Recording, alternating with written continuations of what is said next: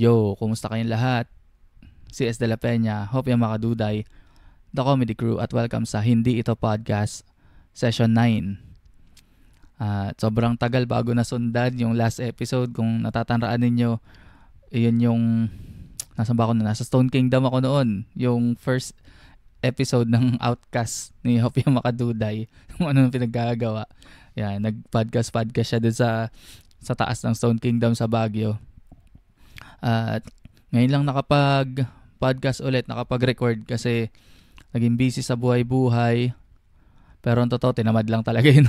Tinamad lang talaga kasi ang daming isa-set up kapag magaganito. Itong episode na to, dami kong kinalikot na naman bago ko nasimulan. Tapos naglipat rin kami ng bahay. Kung nakikita ninyo yung background ko, medyo magulo. Matagal na kami naglipat pero magulo pa rin. Hirap talaga pag naglilipat ka ng bahay. Hirap mag-ayos. Pero papangalanan ko ang lalagyan ko ng title itong session natin ito na catch up. Kasi wala naman ako masyadong sasabihin kundi yung mga nangyari mula nung last session hanggang ngayon. At ang last session natin ay nung August 2024 pa. Napakatagal na. So August, September, October, November, December, January. Maglilimang buwan na o more than 4 months na walang ganito. Pero tutuloy ko na rin kasi kaya ko lang naman to ginagawa kahit walang nakikinig para makapag practice rin ng pagsasalita kasi nga kailangan sa stand-up comedy, di ba? Follow nyo nga pala ang Hope yung makaduday syempre tsaka The Comedy Crew. Visit nyo yung website visit nyo yung website namin, thecomedycrew.com, alexcaleja.com. Yun nga, ano ba mga nangyari sa akin nung simula August? Yun yung time na nag outcast nga sa Baguio. That's siguro mga birthday ni Ira yun last part na ng August yun. At ito yung mga nangyari sa akin nun.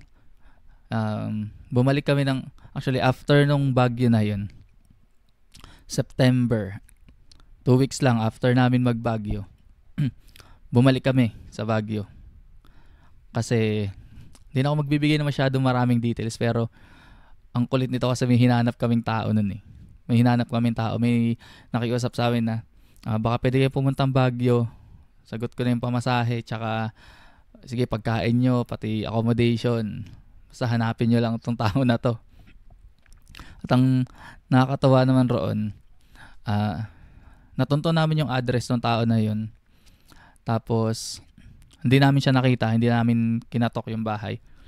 Pero at least nakita namin yung address. At nung papaalis na kami, biglang nag-chat yung kumontak sa amin na okay na pala. Okay na, nagparamdam na ulit yung tao na yun. Kaya yan, enjoy nyo na lang yung stay nyo dyan sa Baguio. Ayun, nakalibre pa kami ng accommodation, tas kumain pa kami. Ayun, salamat sa sponsor. Naghanap kami ng tao. Pero medyo din yun medyo hindi naman nakakaba pero iba rin yung experience may hanapin kayong tao. Totoo pala minsan yun na pag naghahanap kayo ng tao medyo may kaba. Ganun. Buti na lang. Ayun, safe naman yung tao na yun. At though hindi namin siya nakita personally pero na-assure naman na safe na yung tao na yun. Ayun, sa Baguio na yun. And then so umuwi kami and then nung after 2 weeks ulit, so pag-uwi namin na Manila, after 2 weeks, bumalik naman ako sa Baguio. Kasama naman yung The Comedy Crew. Yun yung Laugh Trip Baguio na ginagawa usually kapag merong malalaking stand-up comedy show sa Manila. Then yung mga material namin or material ng mga stand-up comedians, ipapractice sa mga provinces. Nasama ako dun sa Laugh Trip Baguio. A week before nun, Laugh Trip Olongapo pero half lang ng The Comedy Crew yung kasama dun. Kasi nga, andun ako sa Baguio.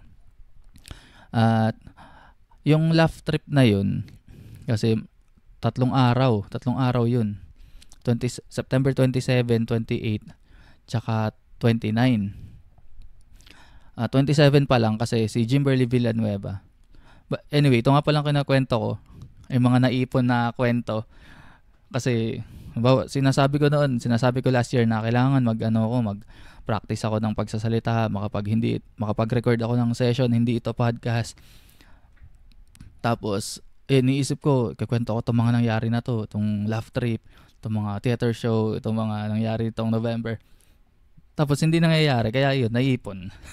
Kaya ngayon ako nag-ngangas-ngas rito. Wala namang matututunan kayo. Pero yun nga, bumalik kami ng Baguio September 27 to 29 para sa laugh trip. At sobrang saya ng experience kasi first time kong nag-stand-up comedy sa ganun kalayong lugar. Outside of Manila. 3 days. Walang uwian, syempre. Walang kami uwi pa sa Manila. At ang ganda nung experience na yun kasi tatlong venue. So, 27, 28, 29. Ang nangyari nun, 27 pa lang, sabi ko lang kanina, Jimberly Villanueva, si Jerby, na member din ng The Comedy Crew, ay taga Baguio. So, naisabay niya kami ni Professor Dave na pumunta na dun ng 27 pa lang. So, gabi pa lang ng 27, nandun na kami. So, ang show pala is 28, 29, 30. Tapos, meron kaming, nung umaga ng 28, kasi wala pa kaming accommodation nun eh. Dinala kami ni Jerby sa isang kainan sa Baguio. Sana mapuntahan nyo rin kasi nagustuhan ko yung pagkain.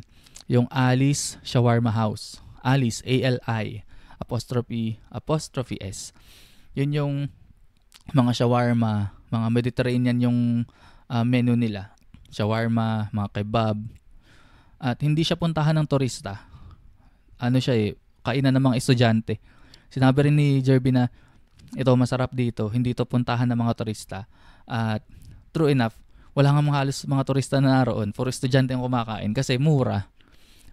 Talagang budget meal kumpara sa nagbakil pa. Budget meal siya kumpara dun sa presyo na babayaran mo. So, Alice Shawarma House. Alam ko na i-video ko pa yung lugar na iyon. Na i-video ko pa para sana medyo konting vlog. Kaso, na-busy na naman. Tinamad. Busy. Pero tamad talaga. Tinamad mag-edit. At, ayun. Pero sana mapuntahan nyo. Alice Shawarma House. And then, nung gabi, yun na, show na. Hinintay na namin yung mga ibang members ng The Comedy Crew na paparating ng 28 ng gabi. 6 p.m. yata sila nakarating para makapag-check-in kami dun sa sa hotel na nag-sponsor ng accommodation ng first night. Yung unang gabi nga pala namin kila Jerby kami nakitulog. So, salamat sa pagpapatulog, Jerby, at sa kanyang asawa na si Sam, at sa ate ni Sam, o kapatid yata ni Sam, di ko lang kung ate niya. Dahil dun niya kami pinatulog dun sa condo nila, sa Airbnb nila. Kasi kung wala yun, sa labas kami matutulog. Manginginig kami. Mamatay kami sa lamig. Salamat sa accommodation. At ayun, 28 ng gabi, nagstay kami sa nakalimutan ko na. Lagot. Sa isang hotel. Tapos 28 ang show ay sa unang show sa Lemonade. Tama ba? Lemonade Hotel.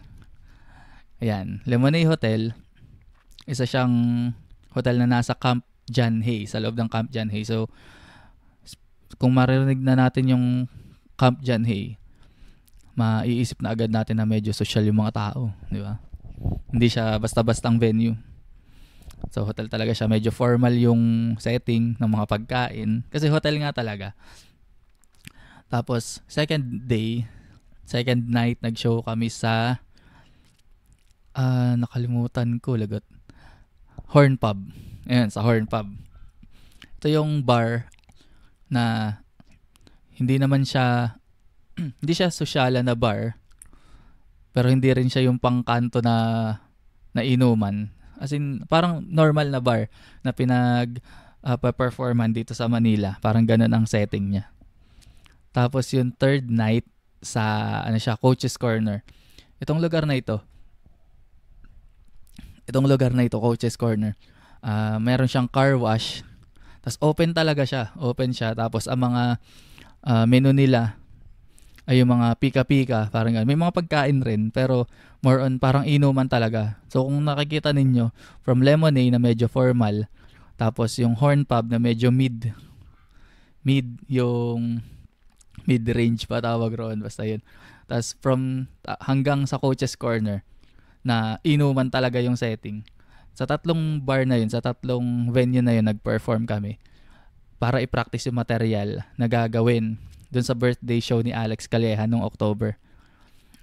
At ang nangyari doon, kapag gumana yung material mo sa 3 venue na yun, ibig sabihin, nakuha namin yung market ng medyo mayayaman, tas medyo mid, ano ba tawag sa ganyan? Mayayaman, tapos yung sa gitna, tas yung medyo kanal, hindi naman kanal kasi tropa naman natin yung mga nasa Coach's Corner.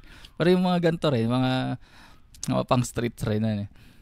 Tapos yung mga middle class, yung sa Horn Pub. Tapos sa yung setting na Coach's Corner, ayun, pangkali naman yun, pang inuman talaga. So kapag nakuha natin yung kiliti ng mga tao ron, na mga nanood roon, pero may mukhang mukhang may mayaman na rin sa Coach's Corner eh. Kasi same price lang naman yung ticket. Yung lang siguro yung time, kaya doon sila nanood. Kaya hindi rin natin masasabi yung mga status ng buhay ng mga tao ron. Basta yung venue yung sinasabi ko. Mamaya may makinig, hindi ako mahirap. Nasa Coach's Corner, hindi ako mahirap. Hindi, yan, yung sa lugar lang. Tapos, ang ganda ng kinalabasan ng Laugh Trip Baguio na yun. Napakaganda ng experience. At nung gabi ng yung last night, umuwi na rin sila yung ibang members. Tas kami nila Prof. Dave, kinabukasan pa kami uwi. Nagstay ulit kami kila Jerby ng isa pang gabi. Nas umuwi kami ng umaga. At yun, na-practice namin yung material namin noon. Sobrang saya ng lahat ng venue. Walang patay na performance. Ganda talaga. Kaya na-practice nga namin ng 3 sunod-sunod na gabi yung mga material namin para sa birthday show. At itong birthday show, October naman ito, first week ng October. Ang galing lang kasi congrats kay Alex talaga kasi nakapag sold out yung 4 theater shows na yun. Pero nakita ko rin yung proseso na hindi siya ganun kadali. Na kapag nag-promote ka sa social media, na i-post mo sa social media, marami na agad bibili ng ticket, maso-sold out agad. Hindi, kasi parang sa GC, halos araw-araw update. Ito yung tickets na pumasok, ito yung tickets na bumili. O parang ngayon medyo mababa yung tickets sales natin. So kailangan talaga mag-effort para makabenta ng tickets doon sa show na yun. Meron pang time na nag-flyering talaga sila, yung ibang members. Hindi ako nakasama kasi hapon ng flyering eh. Ako may pasok ako ng gabi, so tulog ako ng hapon. Pero kung may time sana, masaya rin makasama sa ganyan, nakapag-flyering sa Mega Mall yata, tas BGC dun sa may theater, nakalimutan ko na naman. Yung kailangan ko talaga ng Memo Plus Gold sa Maybank, malapit sa Maybank Theater. Tapos meron sa Green Hills, yan, malapit sa Music Museum. Nag-flyering rin sila roon. At ang galing kasi na-sold out. At yun ang na-realize ko na hindi siya ganong kadali na magbenta rin ng tickets para makapuno ng ganyan theater show. Kailangan mo talagang bigyan ng effort yung ganong kalalaking venue. 500 plus yung upuan ng Maybank. Tapos merong Music Museum, 300 ba? 500, 700.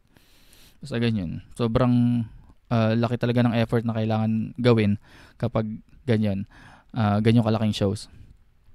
At ayun, dun sa rin na to, sa promotion na to, merong mga billboards na binigay yung mga sponsor. Maraming billboards sa C5. At first time ko nakita ang mukha ko sa billboard sa EDSA. Lahat kami nandun, yung malilit na mukha namin nasama. At ayun nga, ako naman ay naging part nung October 4, kasi 4 parts nga. October 4, 5, 11, tsaka 12. October 4, bago ko ituloy, ito nga pala, abangan ninyo. Kasi yung October 4 and 5 na show ngayon, ni-record siya for Netflix. At siguro kalalabas lang rin naman ngayon ng announcement. Pwede ko na rin sigurong i-promote or i-announce na February 7, Alex Calleja's stand-up comedy special sa Netflix. Ayan, February 7, ang tamang panahon. Malalaman nyo kung bakit tamang panahon ang title. Abangan niyo, i-remind nyo na yung mag-remind me na kayo dyan sa Netflix nyo. At sabay-sabay tayo manoor niyan. masaya yan, solid yan. Ayun, yung October 4 and 5 na i-shoot for Netflix special ni Alex. At ako nga ay opener sa October 4. Hindi ako masasama sa Netflix. Hindi pa. Hindi ako masasama dun sa Netflix na show kasi special lang talaga ni Alex yan. Pero syempre, every show naman ni Alex or ng The Comedy Crew, merong mga openers. At yun, mapalad na nasama ako sa October 4. Ang napansin ko lang dito sa October 4 kasi first day talaga siya nung 4-part na theater show na yun. Yung mga, hindi ko masasabing palpak, pero mga minor lang siya na improvements from lineup ng mga performers. Tapos yung audio, kasi meron yung talagang kay Trixie, part ni Trixie, nawala ng audio. So, si Israel sa backstage talagang awang-awa siya kay Trixie kasi kumakanta si Trixie, walang mic, nagkaroon ng aberya. Tapos yung, siguro dahil pagod na rin, Friday night yun, pagod na rin yung mga tao. Kaya medyo pagod na rin silang tumawa. At bago magsimula yung show, nagbenta rin ng t-shirt. Andun si Karil, yung asawa ni Yael Yuson, anak ni Shasha Padilla. Andun si Karil para supportahan si Alex. Nagbenta siya ng t-shirt tsaka ng cup ng The Comedy Crew at Alex Calleja na merch. At nagpa-picture sa kanya yung mga tao. So bago pumasok yung mga tao, nagpa-picture muna sa kanya. Yun. Kaya siguro nalito rin kami mag-start kasi ang dami nagpapa-picture kay Karil. Sinisi pa. Hindi. Medyo na-delay din yung start ng show. Kaya ayun, Friday night, pagod sa trabaho buong linggo yung mga tao. Medyo maulan pa. Ayun, kaya medyo yung energy nung time na yun is okay lang din naman pero hindi siya ganun kasigla. Kaya nung nag-set na ako, hindi ako makapagsalita para sa ibang comedians or performers.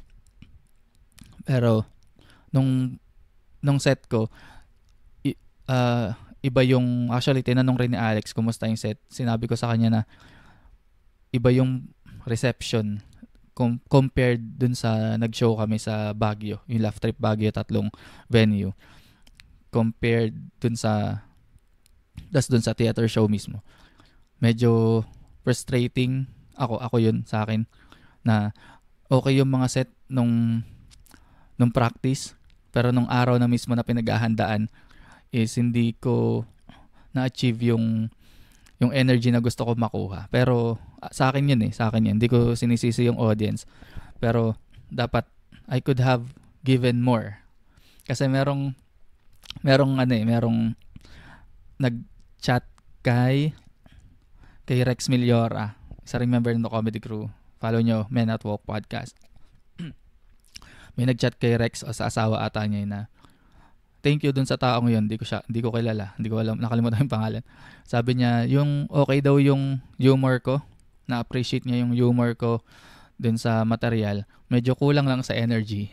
Yun. Sabi ko kay Rex, saka sabi ni Ira kay Rex, hindi, todo na talaga yun. Compared dun sa mga una kong mga set nung nagsisimula pa lang talaga, mas mababa pa yung energy. Tapos ngayon, nag-improve na yun actually yung set na yun. Pero yun, kailangan ko pa rin talagang magbigay ng energy lalo sa ibabagay sa material ko, yung energy na yun. Syempre, improving pa rin, practice pa rin sa mga open mic para ma-improve yung stage presence. Ayun. Syempre, medyo baguhan pa rin talaga. Pero nakakatawa kasi salamat may naka-appreciate ng humor na ginagawa ko sa stage. Pero sabi rin naman ng ibang comedian, sabi ko okay lang ba yung set ko? Sabi ko, okay naman, di ba? Masaya rin ako dun sa set ko. Pero mas masaya ako sa Laugh Trip Baguio. Yun, I'm just being honest, di ba? Pero yun, okay rin kasi maganda, maraming tao na napatawa din nung time na yun. At yung mga lapses na sinabi ko sa production side, ito naman, October 5, sobrang solid. Sana nakapanood kayo ng October 5.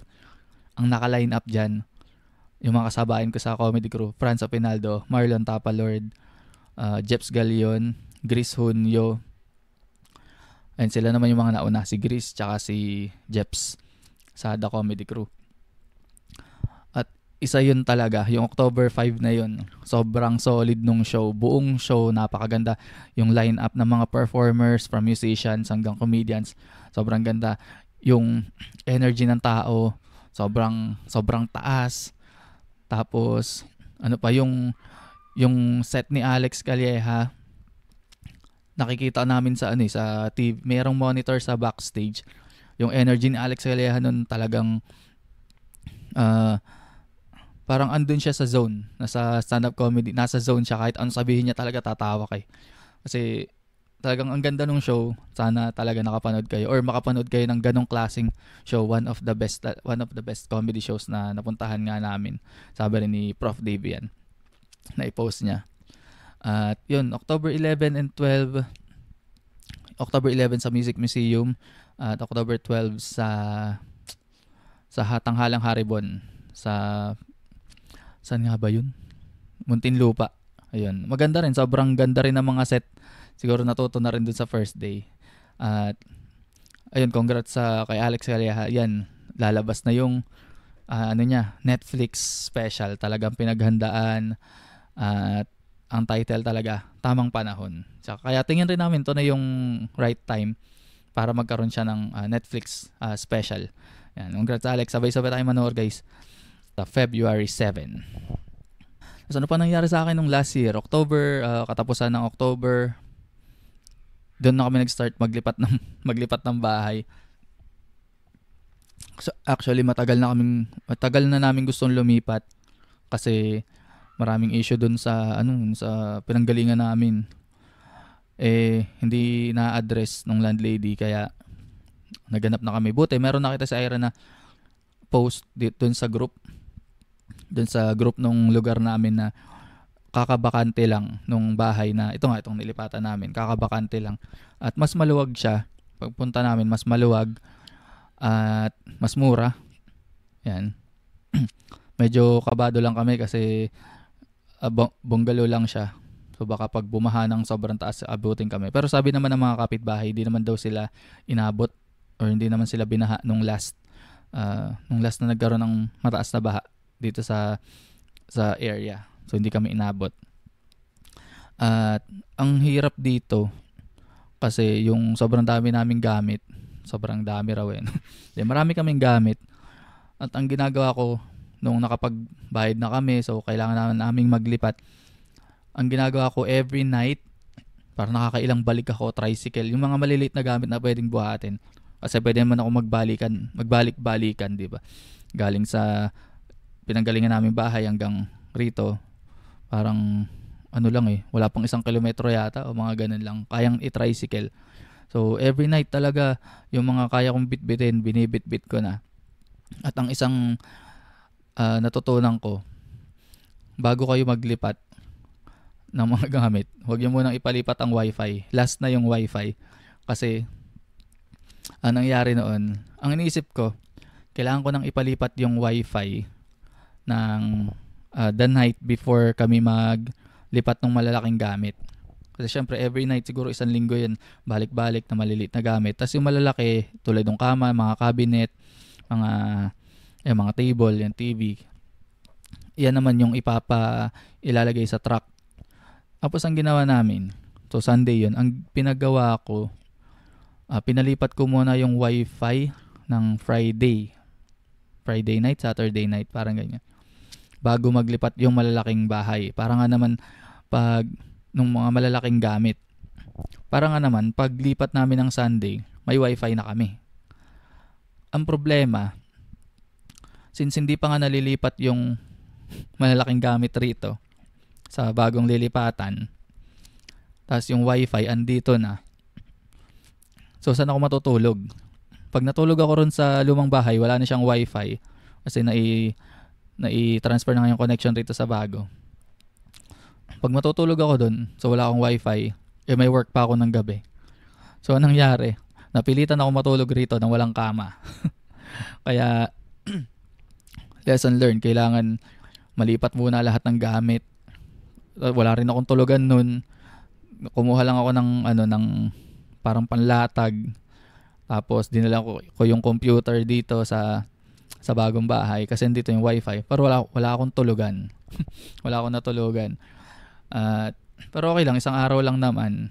But still, yun ang natutunan ko na kailangan, kasi madali nang ilipat pala ang wifi. Hindi naman pala siya ganun katagal gawin. So maganda na, andito na lahat, kompleto na lahat. Pwede ka naman gumamit ng data pansamantala. Tsaka ka magpalipat ng wifi pag kompleto na lahat. Ano pa nangyari sa akin? November naman. November kasi October yun, naglipat kami. November naman, ito yung na-invite ako ni Rex Millora na na-invite rin ng isang artist, hip-hop artist sa Cavite na nag-produce ng isang show. Nag-produce ng isang show, stand-up comedy tsaka music. So ano siya, sound waves and punchlines. Magandang magandang collaboration kasi usually naman talaga or may mga times na bago mag-start yung comedy may mga music. Ito ang nangyari. Sa isang food park kami nag-perform. Wala nga lang masyadong tao. Actually wala talagang tao nun. Meron lang isang grupo na nasabi ni Rex na pinalipat niya dun sa harap. Ilan ba sila? 4 yata o 6. Buti na lang meron sa stand-up comedy. Yan. Tapos nung sa music, si Sir Dimo X. Yan, follow nyo rin siya sa Facebook. At pakinggan yung mga obra niya sa Spotify. Ang gaganda ng mga kanta. Ayun, siya yun sa music. Tapos yung tropa ni Rex na si Da, tsaka yung asawa niya, nag-perform din. Tapos kami, stand-up comedy, kami ni Rex, dalawa lang kami. At salamat sa mga pumunta, Shen, yung isang nag-open mic din, tsaka yung tropa ni Rex, si JJ. Tama ba? JJ, baka nakalimutan ko yung pangalan. Kailangan ko nung papataas sa memory. At yun, ang saya din. Isa yun sa mga magandang nangyari ng 2024. At katapusan naman ng November, para lang ako nag-journal dito. Katapusan ng November, ito yung time na nag-ikot kami ni Monja, ni Jan Mon sa Morong Rizal. Ito na yung, siguro nakikita nyo rin yung mga video na yun na Rito sa Morong. Yan. Di ba? Yung Rito sa Morong natin na nakaraan, background. Ganito lang. Tapos may background lang ako rito na arko ng Morong.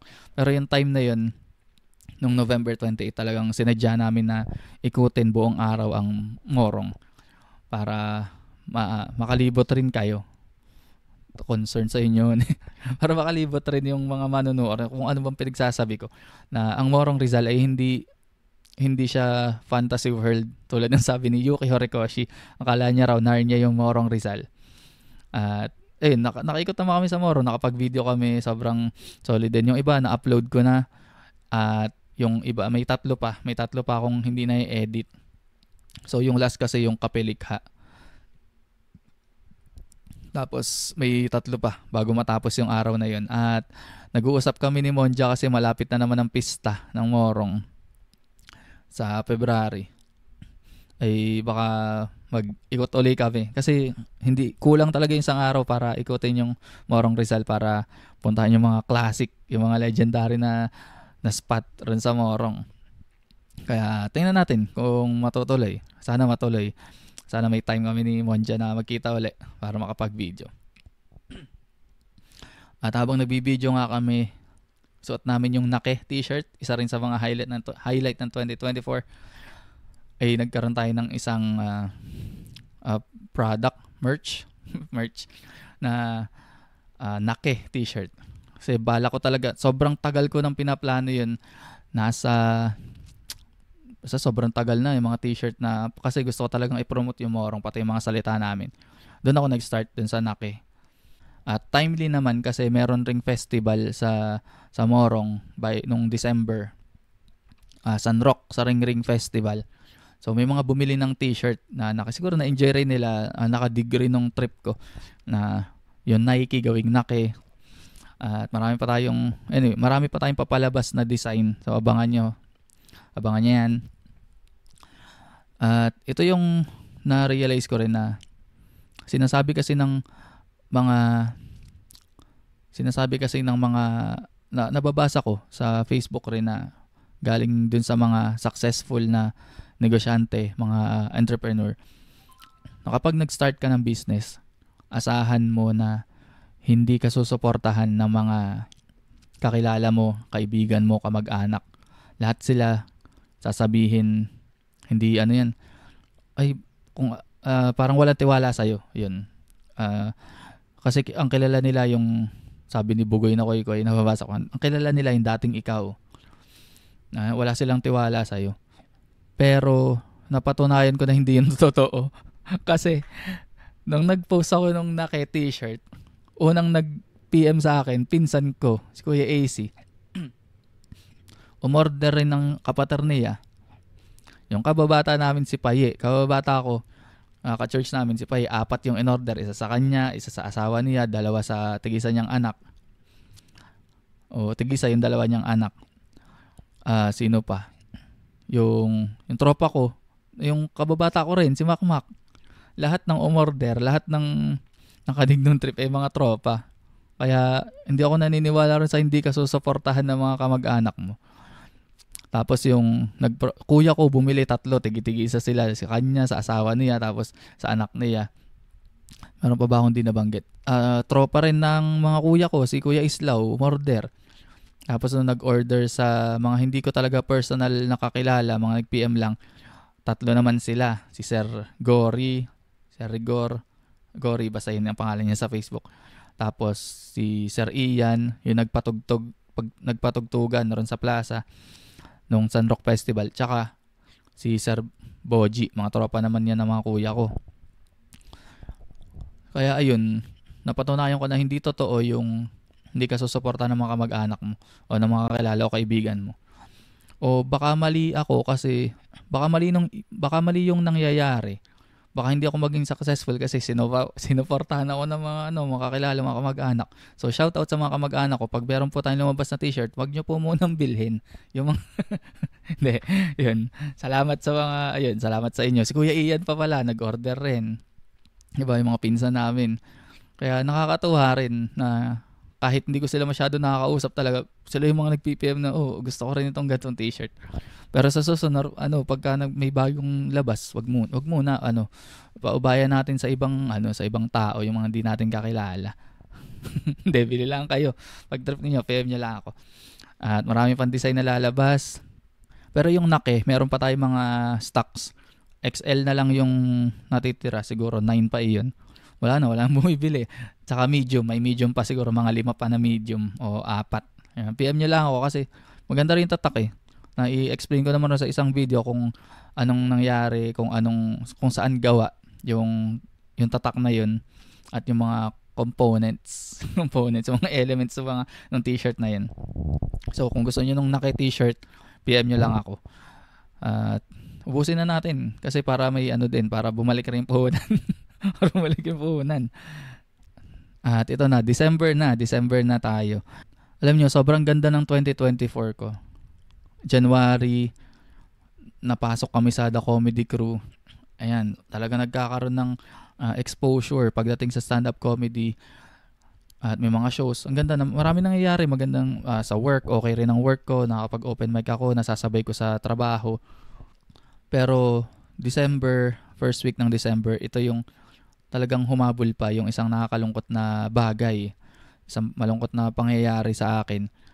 Parang devastated talaga ako nitong time na to kasi from January hanggang end of November or half ng November, napakasaya masaya yung taon. Ang ganda ng papataas yung yung status or energy.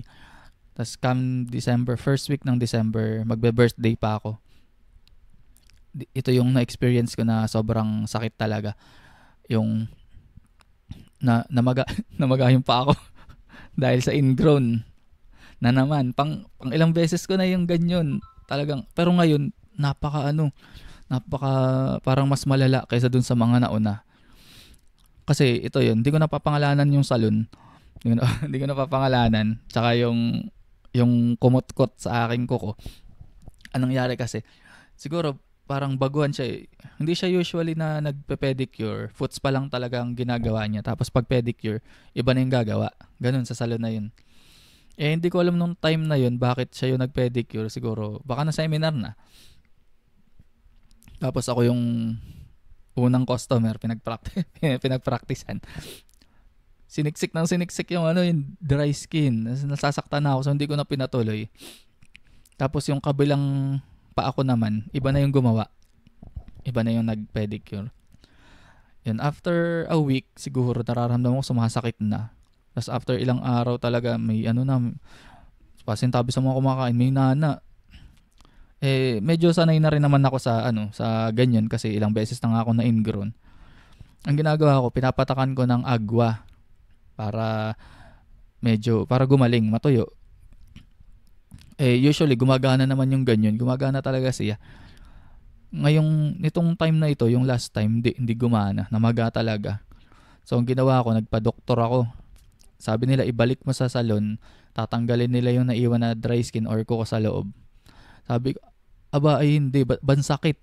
Masakit na talaga, hindi ko na ipapakot-kot at baka kung ano mangyari, 'di ba? Baka may infection pa ako.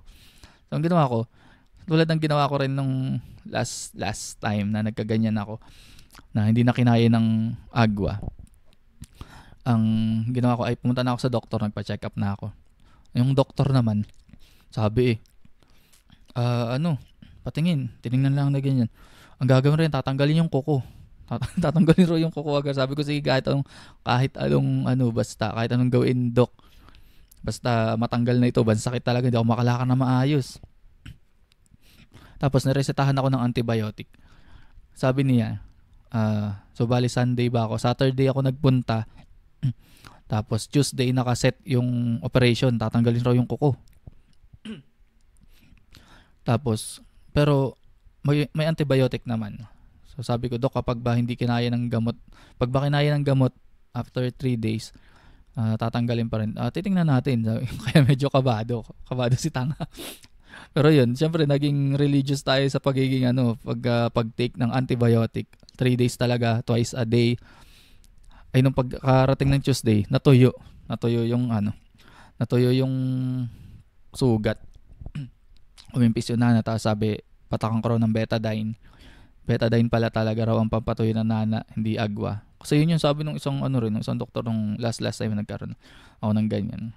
But anyway, pares naman silang gumagana talaga. So, patak ng betadine, tas antibiotic. Nung Tuesday na sabi ko sa nurse, kasi nakaset na yung operation, pina-approve namin ng day before. Para nga pagrating ko ng Tuesday, operahan na agad, tatanggalin na yung kuko. Tapos, sabi ko nung Tuesday, nurse, pwede po bang pa-check ko muna. Wag muna natin ituloy yung operation, check ko muna. Pa-check ko muna yung kuko, yung paa ko kasi okay naman na. Hindi na siya masakit. Toyo na yung sugat. As wala na ring nana. Ayan. Tapos sabi, ay sige po. And anyway, hindi mga taga-Moro ngayon. Dyan sa SM yun. Sige po. Pag nandito na si Doc, sabihan namin kayo. Tapos nung pagdating ni Doc, sabi niya, patingin nga. Tatanggalin ba natin? Sabi ko, wag na ba natin ituloy? Sabi niya. Sabi ko, Dok, naman mukhang okay naman na. Tapos, toyo naman yung sugat. Tuloy ko na lang yung gamot. Sabi niya, di sige. Ayun, tinignan lang, tapos hindi na tinanggal. Pero syempre, kabado ko, tatanggalin ba naman yung kuko? Pero sabi ng nurse rin, hindi naman buong kuko yung tatanggalin. Yung kumbaga sa ganito, ay, nakikita niyo ba? Ayan, kumbaga sa ganito, yung dito lang. Pero malaking part pa rin ng kuko yung matatanggal roon kapag inopera. Diba? Buti na lang, nakuha sa gamot. Tapos sabi ko, hindi na ako magpapapedicure uli. Pagkalipas ng 1 buwan, nasa pedicure na nagpalinis ulit. Pero magaling na yun magaling yung gumawa sa akin. Kasi yun yung, di ba sabi ko kanina, iba yung gumawa sa kanan, tas iba yung gumawa sa kaliwa. Yung gumawa sa kaliwa, yun yung magaling. Tapos, siya na yung ni-request namin na mag-pedicure. Kasi nakakatuwa rin manoorin pag pinipedicure ka. Parang nanonood rin sa online. Yung mga trip yung manood sa online. Kaya nainganyo rin ako magpalinis na rin ng kuko. Kaya yun. Okay na rin. Maganda na yung ko. Maganda na yung kuko ko. Muntik pa ako hindi makasama sa mga Christmas party noon. Buti na lang gumaling. Nakapunta pa ulit ako sa Morong. Na-meet ko yung mga kababata ko, mga churchmates, mga pinsan. Yan. Dapat di ako pupunta noon kasi yun ng kuko ko. Delikado. Pero natuyo. Kaya yun. Salamat sa antibiotic. Pero dahil rin roon sa nangyaring iyon, di ako makalakad ng maayos. Hindi ako nakapag-open mic. Di ako nakasama sa mga year-end show ng The Comedy Crew. Syempre mahirap nang pumunta sa sa show tas wala kang practice, wala kang open mic, 'di ba? Tas year ender pa. Kaya ayun, di ako nakasama. Pero ngayon pero nung Christmas party kasi ang year ender show Melody tsaka 19 East. Sabi ng mga group members, mga kamiyembro ko sa comedy crew, sobrang solid ng year ender show sa 19 East. Sayang daw hindi kami nakapunta. Pero nung Christmas party namin, nakila Alex kami nun. After nung party na yun, Monday yun eh. Dumiretso kami sa Malabon para sa isang Christmas party ng Big Brew. Kung nakikita nyo yung kapihan sila na may mga branches. Tapos nasa Malabon sila. Doon mayroong na-invite ang The Comedy Crew. Actually si Alex lang yata ang na-invite talaga doon. Pero sinama niya kami para ma-experience namin kung paano mag-perform sa ganong setting. At ayun, na-experience nga namin na kapag corporate show, since magkakilala sila doon, tapos Christmas party, syempre inuman, hindi siya talaga setting ng pang stand-up comedy na nakaharap, tutok yung mga tao. Yung mga tao, nagkukwentuhan, maingay. Pero sabi rin ni Alex, Shopee. Sabi rin ni Alex, gym yan. Gym talaga yan. Kumusta yung set nyo? May mga nakikinig naman, okay naman. May mga nakakuha rin ng tawa. And okay rin, magandang experience siya na talagang na-test yung patience mo sa stage. Talagang magsasalita ka, kailangan mong sumabay sa ingay. Pero salamat rin sa mga nakikinig, may mga tumawa rin naman. At after ng set talagang 5 minutes lang kami. As after ng set, labas kami, usap-usap. And umuwi na ako. Yun yung last show na nasamahan ko ng The Comedy Crew sa 2024. Yung corporate show na yun, at nakakatuwa kasi yun. Thank you rin kay Alex kasi nabigyan kami ng pagkakataon na maka-experience ng ganong stage. So, hingi talaga. Pero hindi naman ako nagagalit. Hindi ako nainis kasi party talaga yun. Para sa kanila talaga yun. Nagkaroon lang talaga tayo ng opportunity na mag-perform. Yun. Kaya syempre, papasalamat pa rin tayo. Ano pa nangyari? Christmas tsaka New Year. Ayan, nung Christmas nanood kami, ako, si Ira, tas yung anak niya si Fed, nanood kami ng MMFF movies. Marami kami pinanood, naka-4 na movies kami. Ang una namin pinanood ay Uninvited ni Ate V, Vilma Santos, Aga Mulak, Nadine Lustre. At hindi ko nagkukwento kung tungkol saan kasi 44 minutes na. O tamad lang talaga ako magkwento. Ayan, hindi ko maganda yung movie pero parang bitin. Ayun, nabitin lang ako dun sa movie na yun na parang kulang ng backstory, kulang ng basta bitin ako sa kwento. Tapos sunod naming pinanood yung The Breadwinner is ni Vice Ganda. Na-enjoy ko rin kasi at least yung meron ng sense yung yung movie ni Vice ngayong taon compared sa mga nakaraan. Na hindi lang siya basta comedy na may na ngayon may lesson na, alam niyo yun, nakaka-relate na yung mga tao. At ano pa ba? May drama din, yung mga artista na kasama niya, hindi rin basta-basta. Kumbaga ibang movie yung Vice, ibang movie ni Vice compared sa mga nauna. Yung Breadwinner is. At yun namang pangatlo, Green Bones, ito yung pinaka nagustuhan ko. Siyempre, best picture, hindi siya best director eh. Best actor, Dennis Trillo. Best supporting, si Ruru. Ang ganda ng story, siya.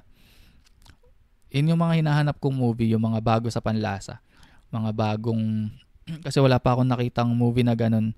Although, meron sigurong, inspired siguro sa ibang, sa ibang movie. Sabi nga nung nabasa ko rin, na nag-agree din ako, medyo may element ng Shawshank Redemption.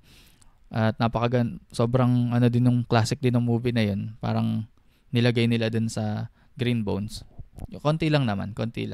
Kasi sa kulungan yun. Merong setting sa kulungan. At kung paano tumakbo yung story, yung mga twist niya, para sa akin bago sa panlasa ko. At isa pang pinanood ko, so sana mapanood nyo yung Green Bones. Talagang ko yan, i-recommend ko sa isa sa mga pinakamagandang movie sa Pinas. Yung pang-apat na movie, magkahiwalay na kami ng sinehan kasi si Ice tsaka yung anak niya na si Fen. Ang pinanood ay Espantaho, yung kay Judy Ann. Basta yung thriller o horror yata yun. Tapos ako naman, ang pinanood ko yung Isang Himala. Kasi gusto ko na rin mapanood talaga yung classic na movie ni Nora Honor na galing sa isa ring, alam ko libro din yun At na rin namin, na-tackle rin namin yung third year high school yun, yung Himala. Pero hindi ko pa siya napapanood talaga, yung movie ni Nora Honor. Kaya gusto kong mapanood ngayon. Yun nga lang, medyo hindi para sa akin yung ganong type ng movies na puro na musical. Siguro hindi para sa akin. Okay rin naman sa akin yung musical. Nanonood rin naman ako ng mga ganon na movie. Siguro sa theater nakapanood rin ako. Pero yung Himala kasi, ang in-expect ko ay parang movie talaga movie talaga yung pagkakagawa. Ayun, parang nasa theater sila. Yung studio, parang nasa studio lang, may mga ginawang props, mga bahay. Hindi siya yung nasa labas talaga hindi ganoon yung expect ko, pero hindi lang siguro na meet yung expectation ko, pero maganda yung movie. Not in a way na i-rate ko siya ng hindi na meet yung expectation ko. Not in a way na i-rate ko siya ng sobrang baba kung ako ay movie critic, which is hindi naman. Kumbaga, kala ko lang na musical siya pero nasa yung setting niya. Yung parang kay Nora Honor din na movie na dati, na normal na pelikula. Yung pala parang theater siya na naging movie. Hindi ko alam hindi ko alam kung na-explain ko ng tama, na naiintindihan nyo. Pero basta yun. Kung sa akin, nasa 7/10 siguro. Para sa akin yun Kasi based dun sa dun sa pagkakakwento, based dun sa kwento mismo, hindi ko siya nakita na na pwede pala siyang gawing musical. At yun, nag-New Year kami sa QC sa bahay ng kapatid ni Ice. Nag-iisa siya dun sa bahay nila. Meron siya mga kasama dun pero umalis. Tapos kami na lang yun na isama niya. Nasa QC kami. At yun, ang haba ng kwento ko 2025 na. Nag-catch up lang ako. Pero ngayon 2025, 'di ba yung last show ng Comedy Crew, year-ender show sa 19 East. Officially first show naman ng Comedy Crew sa 19 East din ngayong 2025. Sa 19 East ngayon na yung February 18. Joke, January 18. Ulit. First official show ng The Comedy Crew ngayong 2025 sa 19 East ngayong Sabado na yan, January 18. Kung malapit kayo, kung mga taga-South kayo, gusto nyo mapanood The Comedy Crew, punta lang kayo doon. Kasi laging walk-in talaga pag 19 East ang venue. At sana magkita-kita tayo dyan. Siyempre, ayan, tutuloy na rin natin yung paggawa-gawa ulit ng mga gantong mga video, magngangas-ngas para mag-practice ang pagsasalita. At siyempre, open mic pa rin. Practice pa rin sa open mic ngayong 2025 para mag-improve tayo sa stand-up comedy. At malay natin, magkaroon rin tayo Netflix special, diba? In the future. After ilang decades or years, magkaroon tayo ng Netflix special. Dahil yan, sipag lang sa pag-open mic at sa pagsusulat ng mga jokes. At kung gusto nyo pala kaming makitang nagpa-practice ng mga jokes namin, mga bagong jokes, mga naglilinis kami ng mga material, meron kaming open mic sa Los Chachos every Tuesday sa Ortigas yan. At every Thursday naman sa Default Pub sa Malate. Andiyan kami, nagpa-practice kami ng mga material namin. At kung gusto nyo mag-try, syempre, kung gusto nyo makasubok ng stand-up comedy, prepare lang kayo ng 3 minutes na original materials. Punta lang kayo sa venue, sabi kayo sa host o kahit sinong comedian, papasalangin namin kayo. At ayun, syempre, ilang kwento ko, siguro next session 10, after 5 months na ulit. hindi tayo magiging busy o kung hindi tayo tatama rin. Yan. Sa stand-up comedy pa rin sa 2025. At follow sa Hopya Makaduday Facebook page. Siyempre meron din tayong YouTube. At meron tayong IG, cs.delapena. At siyempre follow ang The Comedy Crew na Facebook page. At follow nyo lahat ng stand-up comedians. Magaling yan lahat. At visit the website www.thecomedycrew.com at alexcalieja.com. Nonoor tayo ng sa February 7, Netflix special, stand-up comedy special ni Alex Calieja. Tamang panahon. At yun lang ang kwento ko ngayon. Inabot ako ng mga 50 minutes. Sobrang haba pero hindi pa detalyado talaga yun eh. Pero sana, ayun, medyo natuwa naman ako kasi nalabas ko na rin yung mga gusto kong ikwento for the past few months. Takits tayo sa mga shows. Takits tayo kapag nakita nyo ako, nakasalubong nyo ako sa mga kung saan-saan. Yan, apiran tayo. At hanggang rito na lang muna.